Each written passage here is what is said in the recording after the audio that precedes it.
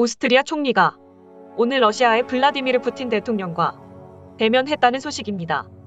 우크라이나 침공 후 서방 국가 지도자로서 처음으로 러시아를 방문하여 푸틴을 대면했다는 소식과 푸틴이 어떤 말을 들었길래 벌벌 떨었는지, 왜 그렇게 화를 낸 것인지에 대해 지금부터 자세하게 전해드리겠습니다.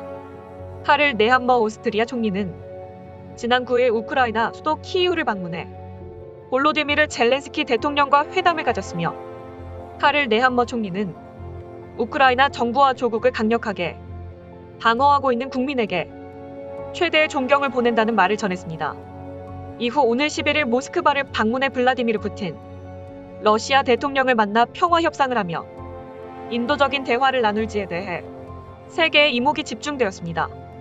네함머 총리는 10일 자신의 트위터에 전쟁은 중단돼야 하며 인도적 통로, 휴전, 전쟁 범죄에 대한 전면 조사가 필요하다고 밝혔지만, 모두의 예상을 벗어난 말을 해 충격을 주고 있다고 합니다. 지난 2월 24일 러시아가 우크라이나를 침공한 이후 서방권 국가 지도자가 푸틴 대통령을 대면하는 것은 처음 있는 일이기에 이번 회담이 평화 협상을 촉진할 계기가 될지 모두가 주목을 했습니다. 하지만 카를 네함머 오스트리아 총리는 현재 우크라이나 해상에 대한민국 청해부대, 소말리아의 저승사자라 불리는 UDT 특수부대가 들어왔다. 러시아 지금 이대로라면 아시아의 특수부대에 괴멸당할지도 몰라. 이 같은 발언을 해 푸틴 대통령은 식은땀을 흘리며 벌벌 떨었다고 합니다. 대한민국의 청해부대와 우크라이나의 관계, 대체 어디서부터 이어지게 된 것일까요? 2014년 청해부대와 우크라이나 해군에 대외적 연합훈련이 있었고, 청해부대 14진 최영함과 우크라이나 해군 사하이다 즈니함이 함께 전술기동 훈련을 받았으며, 현재 2022년까지 이 훈련은 이어져 왔기에 현재 우크라이나 사태에 대해 대한민국의 청해부대가 출동을 한 것입니다.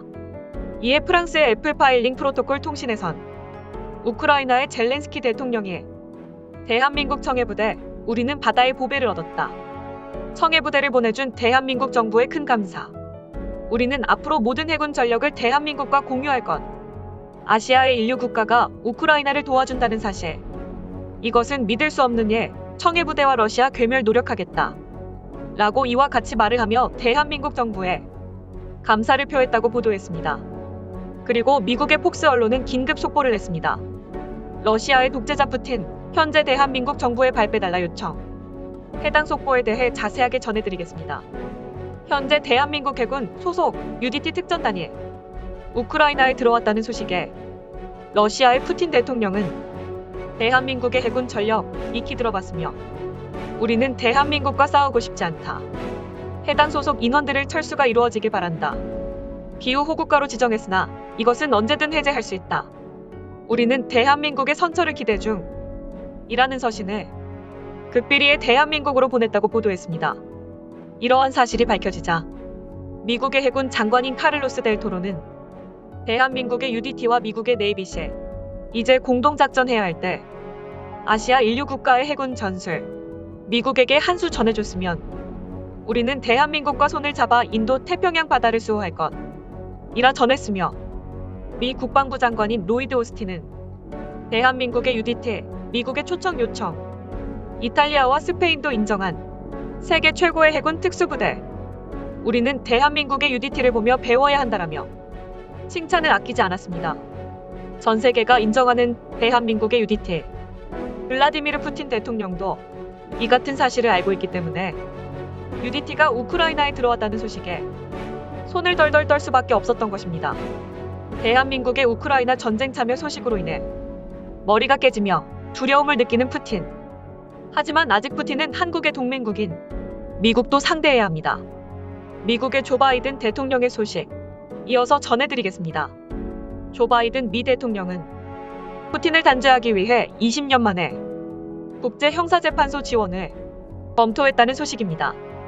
뉴욕타임스는 11일 러시아군의 전쟁 범죄 행위에 대한 ICC의 조사에 미국 정부가 지원을 하는 것이 법적으로 가능한지, 또는 지원해야 할지 말아야 할지 여부에 대해 논의가 진행 중이라고 보도했습니다. 현재 미국은 법적으로 ICC에 대한 지원이 불가능한 상태입니다. 미국은 지난 2002년 ICC가 설립될 때부터 회원국이 아니었기 때문입니다.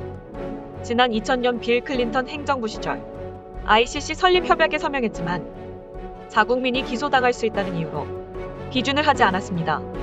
이어 2002년 조지 부시 행정부는 협약 자체에서 탈퇴했습니다. 그리고 미 의회는 ICC가 미군의 잔혹 행위에 대한 조사를 추진한다는 이유로 ICC의 자금이나 물품을 지원할 수 없다는 내용의 법을 제정했으며 미군보호법을 통해 ICC에 각종 정보를 제공하거나 ICC 임직원을 교육하고 직원을 파견하는 것도 금지했습니다. 다만 이 법에는 사담 후세인이나 오사마 빈 라덴 같은 대량 학살, 전쟁 범죄, 반인륜 범죄로 기소된 외국인을 ICC에 회부하기 위한 국제적 노력에 대한 지원은 허용하는 예외 조항이 있는 것으로 확인되어 미국이 이러한 움직임을 보이고 있습니다. 일각에선 ICC가 러시아의 전쟁 범죄 행위를 조사하더라도 푸틴 대통령이나 러시아 정부 고위층이 권력을 잡고 있고 러시아 국경 안에 머무르는 한 실제로 법정에 세우는 것은 불가능할 것이라는 현실론이 제기되고 있습니다. 그러나 인권 전문가들은 재판이 열리지 않을 경우에도 책임 소재를 분명히 해야 한다고 지적했습니다.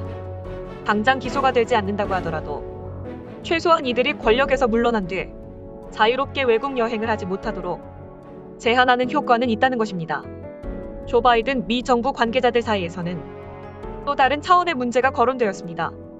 미국이 이때까지 ICC를 반대해왔던 입장을 뒤집어야 한다는 이유였고, 의회에서는 활발한 논의가 이뤄지고 있지만 법 개정까지 추진해 러시아를 전쟁 범죄로 처벌한다고 해도 미국 입장에선 부담이라는 모양새이며, 이에 ICC가 러시아의 전쟁 범죄를 조사하는 것이 합법적일 수 있다는 견해가 있어 국방부 관리들도 망설이고 있다고 뉴욕타임스는 전했습니다. 관리들은 미국에 앞서 미군 활동 과정에서 발생한 행동들이 잔혹 행위로 제소될 경우를 우려해 ICC 관련 협약에서 탈퇴했던 것인데, 이번 러시아 사태로 입장을 바꾼다면 향후 문제가 생길 것을 우려했습니다. 앞서 바이든 대통령은 부차 학살 발생을 중대 전쟁 범죄로 표현하면서 책임 있는 국가들이 가해자들에게 책임을 물어야 한다며 푸틴 대통령에 대한 단죄의 의지를 거듭 밝혔습니다. 푸틴 대통령과 조 바이든 미 대통령의 향후 행보, 그리고 대한민국의 UDT 해군 특수부대가 우크라이나에서 어떤 활약을 펼칠지 기대가 됩니다. 반도뉴스 오늘은 이만 마치겠습니다. 오늘 영상은 외신 뉴스를 참고 및 인용하여 제작하였습니다. 여러분들의 구독과 좋아요는 저에게 큰 힘이 됩니다. 오늘도 영상 시청해주셔서 감사드립니다.